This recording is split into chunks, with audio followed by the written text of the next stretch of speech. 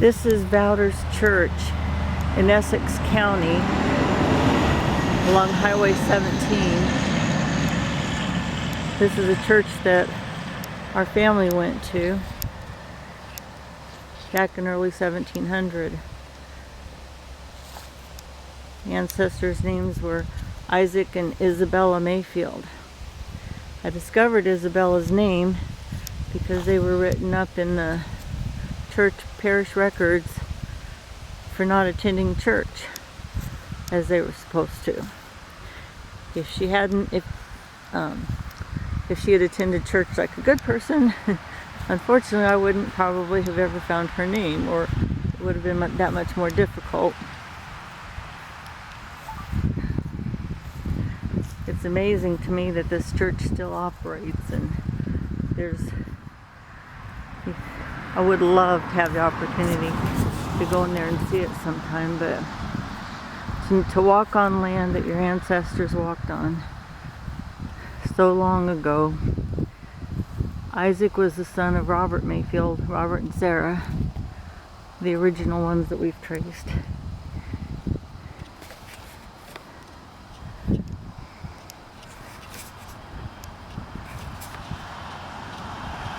So to know that they actually attended church here back before America became America is a little overwhelming to me. Very, very inspirational. Along the highway, it's one of the historical signs.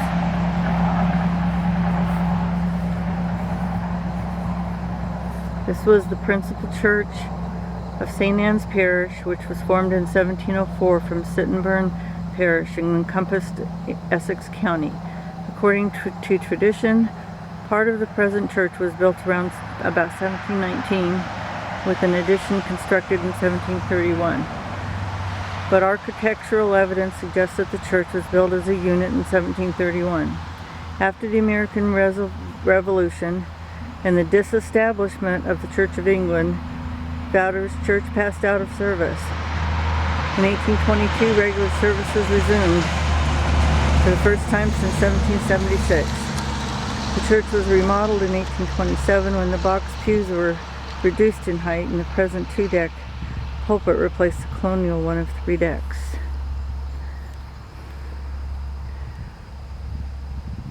I have a fascination with the front of it. If you look straight on, kind of looks like eyes and a mouth or something.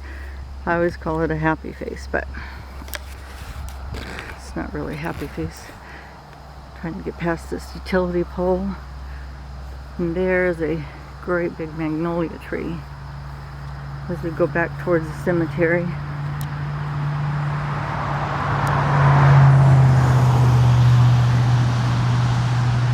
Notice the seed pods on the magnolias.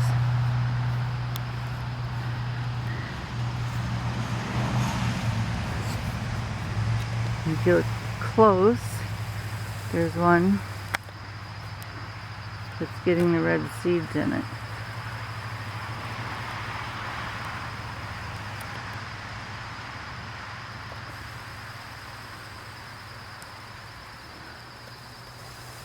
These trees cover themselves with huge white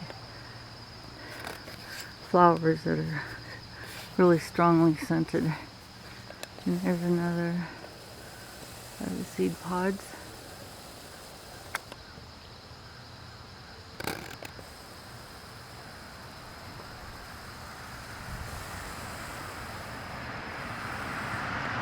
They have really shiny, almost plastic looking leaves. And the spread of the tree is really great too underneath. I'm not sure how wide this is. Now we're looking at part of the cemetery.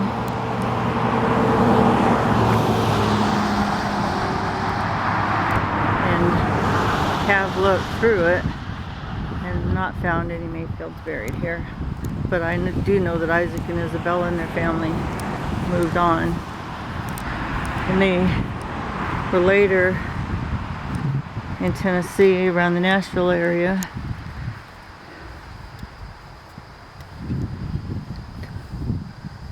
They traveled with General George Rogers Clark and his men the long rifles.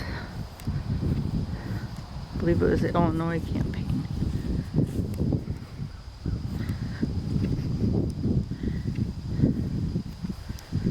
And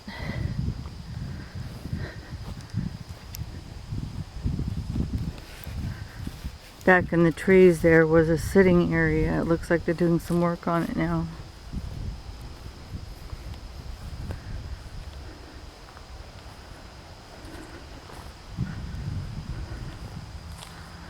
And now we're looking at the back of the church. The windows in it have the kind of glass that distort everything, so you can't really see in very well.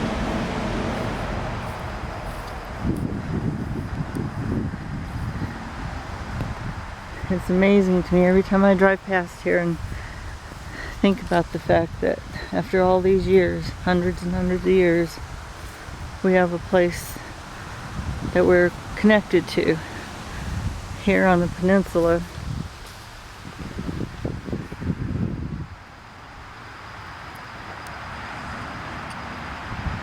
Where America got its start, and to know that our ancestors were part of it, part of the history of this church, part of the history of this area, part of the history of the westward movement, Revolutionary War with General George Rogers Clark. Killed by, a lot of them were killed by Indians around Nashville. And one of them became a interpreter for the Indians and was given land by the Creeks.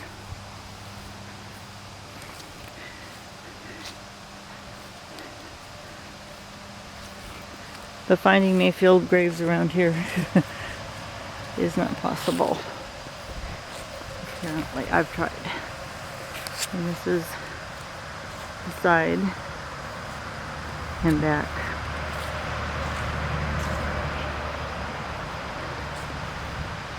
Open, see this old gravestone.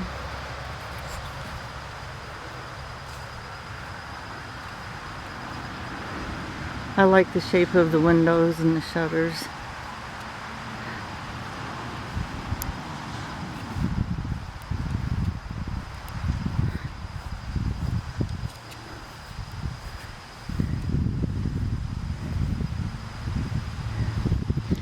And underneath this stone is buried the remains of Mr. Andrew Anderson Marchant, a native of Scotland, who died the 23rd of September 1764 in the 55th year of his age. He was eminently endued with every divine, humane, and social virtue, which earned him the love and esteem of all his relations and those who came to be acquainted with him. Next to him is John Miller of Glasgow, who was born 17th of April 1722 and died 3rd of August 1761.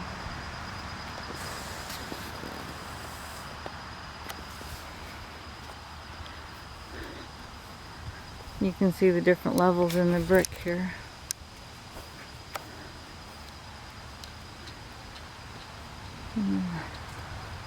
Woodwork around the top.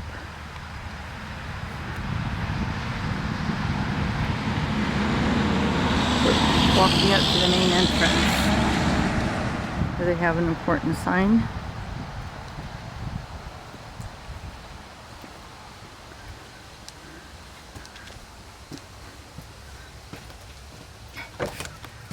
Vauter's Church has been registered as a Virginia Historic Landmark pursuant to the authority vested in the Virginia Historic Landmarks Commission Act of 1966. Over there is the sign by the highway I was looking at earlier. And this is looking towards the highway and the fields around it. It's out in nowhere.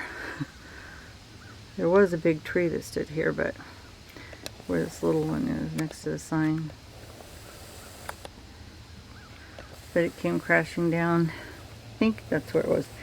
Hurricane Isabel took out one of the trees. There was some damage to the church, but that was fixed pretty well. You can't even tell it now. So I'm going to end this and go back here and take a normal picture by Happy Face.